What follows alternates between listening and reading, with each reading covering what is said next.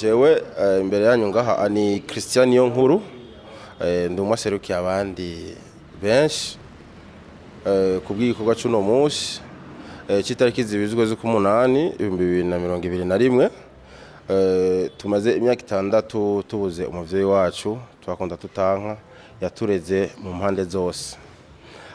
Ino tariki ni tariki itwibusa ibintu byinshi, benshi harabibuka ukuntu yabareze, hari imfuvyi, hari abafakazi, hari abahoze ku rugamba n'abari ku rugamba, abasirikare, abapolisi mu mpande zose zigize igihugu atanumwe avuyemo, kuko ntaho atashika icyari kimurazishinga ahanini ko ari kumenya uko igihugu caramutse nuko ciriyo nuko kirara.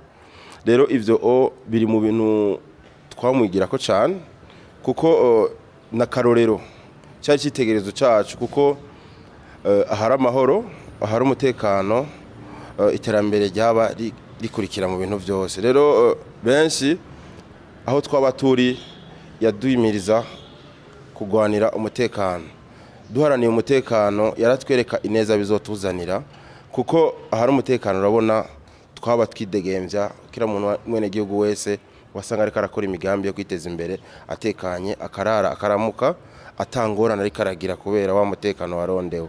Hamwe n'ivyo yaragerageje kutwigisha cyane birenze ingene tuzobuhagararira. Rero hari abahoze ku rugamba n'urundi gwaruka rwo mu mihingo itandukanye yagerageje kwegeranya kugira bigishe ikizotuma igihugu cyacu gitera imbere, kandi ibyo twari twaragerageze, kandi nibaza yuko iragi ryo yadusigiye tuzokwama turigendera mu bihe byose. Rero hamwe n'ivyo uno munsi wari umunsi, nubwo ari umunsi twibuka tubabaye, mugabo tumwigira ko ibintu byinshi, ego twaramubuze mugabo ari muri twebwe. Ego hari amajambo 2 canke 3 yobo yarakunda kuvuga, wowe ubwawe niyo ubonye ifoto yiwe canke iyo ubonye umukomokako akuzira mu mutwe yo tubera icigwa abarundi turiko turakurikirana. Amajambo ntiryo barimwe canke 2 canke 3, kuko twaramana. Yari umuvyeyi, yari umwigisha wacu, yari umwigisha wacu mu bintu byinshi cyane, mu bintu byose vyakora ku gihugu, nta kintu na kimwe ataturaze. Yaturaze ibintu byinshi cyane, mugabo muri bimwe ego naciyemo ndabivuga, mugabo yaragerageje kutwigisha yuko ubu Burundi ari Burundi bw'abarundi. Abarundi mu butandukane bwacu tugeza kubuhagararira, nubwo hoba hari ibibazo bituma abantu batandukana, akazi ingane akagira iki, mugabo nitwonone igihugu cacu kizokononekara ku mpande zose z'igihugu. Nitwakigirira neza tuzosanga ingaruka nziza y'ivyo twakoze ikiyatugaruka ko twese. Ego umuvyeyi arahimbagwa iyo umwana canke iyo wahaye impanuro azigendeye. Mbega muri vya bindi yatwigisha twebwe basigaye bo yasize inyuma, hari intambwe twateye muri vya bindi yamatubwira gukorera igihugu no kuneza ya twebwe? Ego cyane gose, yari umuvyeyi twakunda cyane. Ugiye kugerageza ukaraba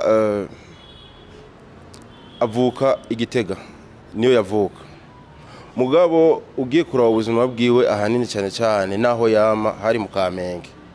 Rero nk'abanyakamenge umunsi tumubura 2015 itariki nk'iyi ukwezi nk'uko harabaye ikibazo, mugabo kubera benshi bari barigijwe byaradufashije cyane. Twari tuzi yuko ikibazo kigira cyaduke, mugabo twarigishijwe, tuyigishwa cyane, kuko twari twarahawe byinshi cyane, kuko yari umuvyeyi yadukunda. Amaze kudukunda, rujya rukundo yadukunda, twaragarutse kugira natwe tugwige, tugerageze kugira natwe turugaragariza abandi. Jewe ndibuka umunsi ikibazo kiba, twaragiye hamwe Kamenge yose n'imicungararo yaho, sinumvira ati tuyibukora iki, mugabo Imana yaradufashije, kandi ivyo twagiye hamwe tukayaga hamwe byadufashije kwino saha, kuko iyo akatwigisha gusambura, ndibaza yuko nuno munsi igihugu kiba kiri mu ngorane. Mugabo twaragerageza turavuga duti nubwo twabuze abanki igihugu bamaho, yari uw'igihugu, ntihari uw'umuryango, ntihari uw'umuntu, ntihari uw'umugamba, yari uw'igihugu. Igihugu cyari gihejeje kubura, rero igihugu cyaragiye hamwe kiravugana kugira turabe ingene ihumure ryogaruka. Ko dukora iki kugira ngo tuze duce mu makanda yewe?